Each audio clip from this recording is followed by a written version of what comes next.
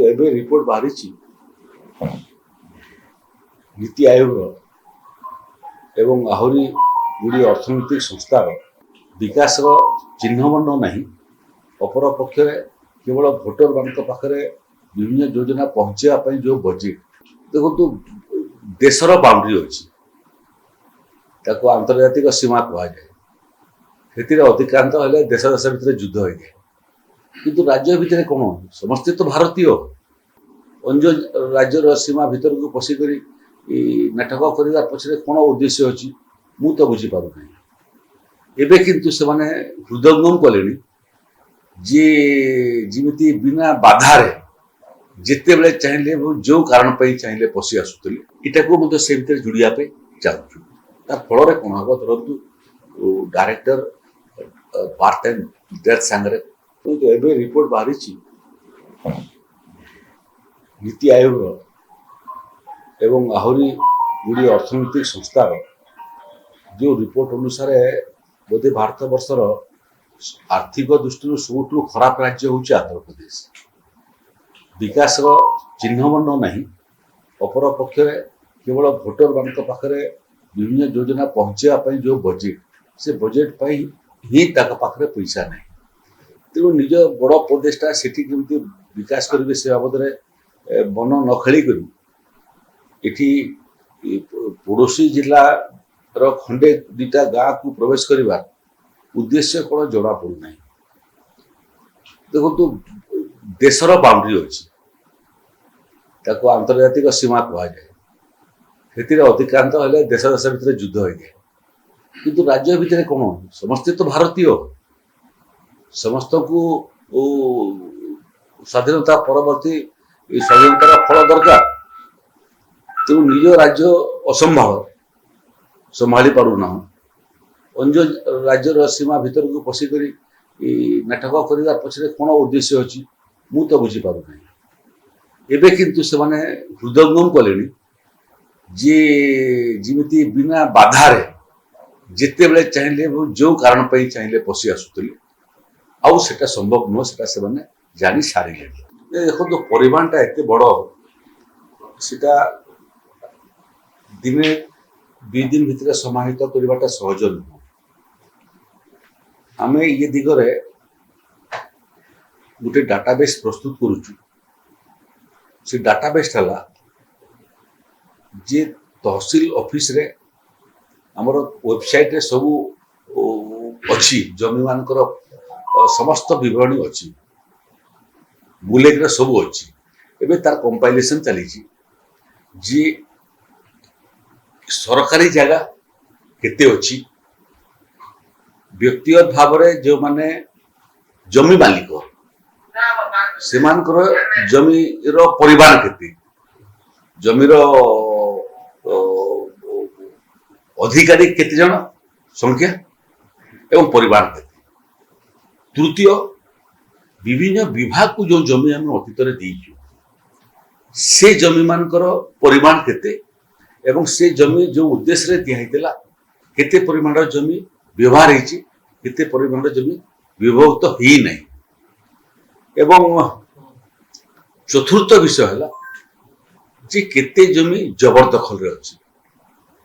ଜବରଦଖଲ ଥିବା ଜମି ମଧ୍ୟ ଛୋଟ ଜମି ପରିମାଣ କେତେ ଏବଂ ଏନକ୍ରୋଚର କେତେ, ବଡ଼ ଜମି ଯେଉଁଟା ଏନକ୍ରୋଚ ହେଇଛି ତା ପରିମାଣ କେତେ ଏବଂ ଏନକ୍ରୋଚର କେତେ, ୟାର ଡାଟାବେସ୍ ପ୍ରସ୍ତୁତ ହେଉଛି।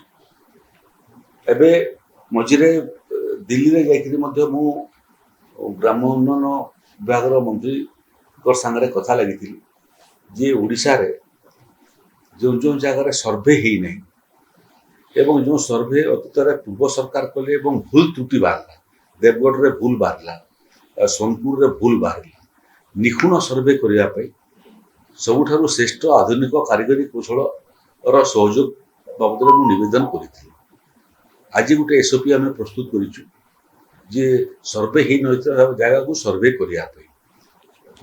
ପୂର୍ବତନ ACS ରେଭିନ୍ୟୁ ତାକୁ ଅଧ୍ୟୟନ କରିକି ମୋ ପାଖକୁ ଫାଇଲ ପଠାଇଥିଲେ, କିନ୍ତୁ ଫାଇଲଟାକୁ ପୁଣି ମୁଁ ନୂଆ ACS ରେଭିନ୍ୟୁ ପାଖକୁ ପଠାଇଛି, ତାଙ୍କର ଦୃଷ୍ଟିଗୋଚରକୁ ଆସୁ ଏବଂ ସେଠିକି ଅଧ୍ୟୟନ କରନ୍ତୁ।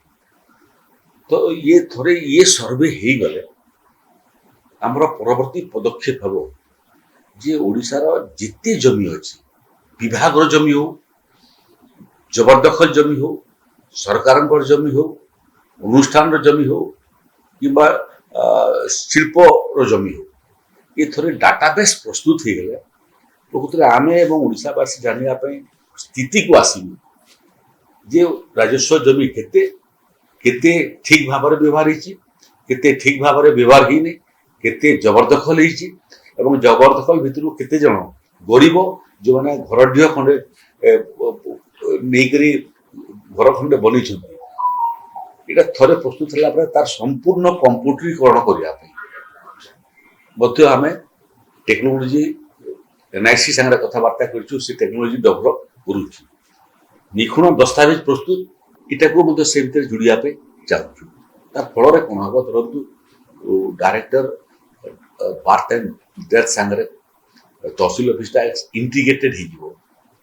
ଇଣ୍ଟିଗ୍ରେଟେଡ ହେଇଗଲେ କିଏ ମଲେ ଡାଇରେକ୍ଟର ଡେଥ୍ ଆଣ୍ଡ ବାର୍ଥ ପାଖରେ ନୋଟିଫିକେସନ ହେଇଗଲେ ସମ୍ପୃକ୍ତ ତହସିଲଦାର ଜାଣି ପକେଇବ ଯେ ତାର ତହସିଲର ଜଣେ ପଟ୍ଟାଧାରୀଙ୍କର ମୃତ୍ୟୁ ହେଇଛି। ତେଣୁ ଅନ୍ୟ କାହାକୁ ଅପେକ୍ଷା ନ କରିକିରି ଅନୁସନ୍ଧାନ କରିକିରି ମୃତ ବ୍ୟକ୍ତି ନାଁରେ ଯେଉଁମାନେ ଉତ୍ତରାଧିକାରୀ ଅଛନ୍ତି ତାଙ୍କର ନାଁ ମାନେ ଚଢ଼େଇ ପାରିବ। ଏନକ୍ରୋଚମେଣ୍ଟ ତାକୁ ଦେଖିବା ପାଇଁ ମଧ୍ୟ ସେଟାଲାଇଟର ବ୍ୟବହାର ହେଇପାରିବ କି, ଯେମିତି ସେଟାଲାଇଟରେ ଆମେ ଦେଖିବୁ ଯେ ନିର୍ଦ୍ଦିଷ୍ଟ କୌଣସି ଜାଗାରେ କେବେ ଏନକ୍ରୋଚମେଣ୍ଟ ହେଲା, ତହସିଲଦାର ବି ଦେଖିବେ, କଲେକ୍ଟର ବି ଦେଖିବେ, ରାଜସ୍ୱ ବିଭାଗ ଦେଖିବେ। ଏବଂ ଥରେ ସେଭଳିଆ ବ୍ୟବସ୍ଥାକୁ ଇଣ୍ଟ୍ରୋଡ୍ୟୁସ କଲେ ସେଥିରେ ବି ଆମେ ଏଇ ବ୍ୟବସ୍ଥା ରଖିବୁ ଯେ ଏନକ୍ରୋଚ ହେଇଥିବା ଜମି କେମିତି ଫେରସ୍ତ ଆସିବ, ନୂଆ କରି ଜମି ଏନକ୍ରୋଚ ହେଇପାରିବ ନାହିଁ ଏବଂ ଏନକ୍ରୋଚ ଆରମ୍ଭ ହେଲା ବେଳକୁ ହିଁ ଚିହ୍ନଟ ହେଇକରି କାର୍ଯ୍ୟାନୁଷ୍ଠାନ ହେଇପାରିବ। ଇଏ ସିଷ୍ଟମ ଡେଭଲପ କରୁଛ, କିଛି ସମୟ ଲାଗିବ। ମତେ ଲାଗୁଛି ଥରେ ଏଇଟା ଡେଭଲପ ହେଇଗଲେ ଏବଂ ଯୋଉ ଶିଳ୍ପାନୁଷ୍ଠାନ ମାନେ କିମ୍ବା ଅନୁଷ୍ଠାନ ମାନେ ଜମି ନେଇଛନ୍ତି ନିର୍ଦ୍ଦିଷ୍ଟ କାମ କରିବା ପାଇଁ କରୁନାହାନ୍ତି, ତାର ମଧ୍ୟ ରିପୋର୍ଟ କଲେକ୍ଟର ମାନଙ୍କ ଠାରୁ ତଲବ ହେଇଛି।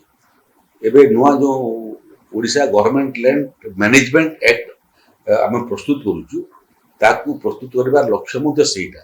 ଲକ୍ଷ୍ୟ ହେଉଛି ଯେ ସରକାରୀ ଜମି, ରାଜସ୍ୱ ଜମି ସୁରକ୍ଷିତ ରହୁ, ଲୋକଙ୍କର କାମରେ ନିୟୋଜିତ ହଉ, ବିକାଶର କାମରେ ନିୟୋଜିତ ହଉ ଏବଂ ଅଧିଗ୍ରହଣରୁ ସମ୍ପୂର୍ଣ୍ଣ ମୁକ୍ତ ରହୁ। ପଇସା ପତ୍ର ମଧ୍ୟ 30ଟା ଜିଲ୍ଲାକୁ ଦେଇଛୁ, ଯେଉଁ ଜାଗାରେ ଏନକ୍ରୋଚମେଣ୍ଟ ହଟେଇବ ସେଇ ଜାଗାରେ ବାରବାର ଫେନ୍ସିଂ କରିକିରି ତାକୁ ସୁରକ୍ଷିତ ରଖିବ। ମୋତେ ଲାଗୁଛି ଏ ପ୍ରକ୍ରିୟା ଥରେ ସମାପ୍ତ ହେଇଗଲେ ଓଡ଼ିଶା ଗୋଟିଏ ଦୃଷ୍ଟିରୁ ବହୁତ ଲାଭାନ୍ୱିତ ହେବ ଯେ ଏକ ଯେଉଁଟା କଲମ ଟୁ କରେକ୍ସନ ଚାଲିଛି, ନୂଆ ପିଢ଼ି ତାଙ୍କର ଜମିର ପଟ୍ଟା ପାଇଯିବେ। ଦୁଇ, ଯେଉଁମାନେ ଛୋଟ ଜମି ଜବରଦଖଲ କରିଛନ୍ତି ନିଜସ୍ୱ ଘରଡିହ ନେଇ ସେମାନେ ପଟ୍ଟା ପାଇଯିବେ। ନମ୍ବର 3, ବଡ଼ ବଡ଼ ସମ୍ପନ୍ନ ଲୋକ ଯେଉଁମାନେ ଆଇନକୁ ଖାତିର ନକରି ଲୋଭର ବଶବର୍ତ୍ତୀ ହେଇକରି ଜମି ସବୁ ମାରି ବସିଛନ୍ତି କିମ୍ବା ଭିତ୍ତିଭୂମି ପ୍ରସ୍ତୁତ କରିଛନ୍ତି, ସେମାନେ ସବୁ ଜବରଦଖଲ ମୁକ୍ତ ହେଇଯିବେ। ଜବରଦଖଲର ପ୍ରକ୍ରିୟା ମଧ୍ୟ ସାଟେଲାଇଟ ମାଧ୍ୟମରେ, ଡ୍ରୋନ୍ ମାଧ୍ୟମରେ କେମିତି ମନିଟରିଂ ହେଇପାରିବ ଏବଂ ତୁରନ୍ତ ରାଜସ୍ୱ ବିଭାଗ ଜାଣିପାରିବ ଯେ ମାଲକାନଗିରିର କୌଣସି ନିର୍ଦ୍ଦିଷ୍ଟ ପଞ୍ଚାୟତର ନିର୍ଦ୍ଦିଷ୍ଟ ଗାଁରେ କି ଜଣେ ଅଧିଗ୍ରହଣ କରିବାଟା ଆରମ୍ଭ କରିଛି, ଏନକ୍ରୋଚମେଣ୍ଟ କରିବାଟା ଆରମ୍ଭ କରିଛି। ଏଇଟା ଥରେ ହେଇଗଲେ ମୋତେ ଲାଗୁଛି ଇଏ କ୍ଷେତ୍ରରେ, ଲ୍ୟାଣ୍ଡ ମ୍ୟାନେଜମେଣ୍ଟ କ୍ଷେତ୍ରରେ ଓଡ଼ିଶା ସାରା ଭାରତ ବର୍ଷରେ ଗୋଟେ ମଡେଲ ରାଜ୍ୟରେ ପରିଣତ ହେବ।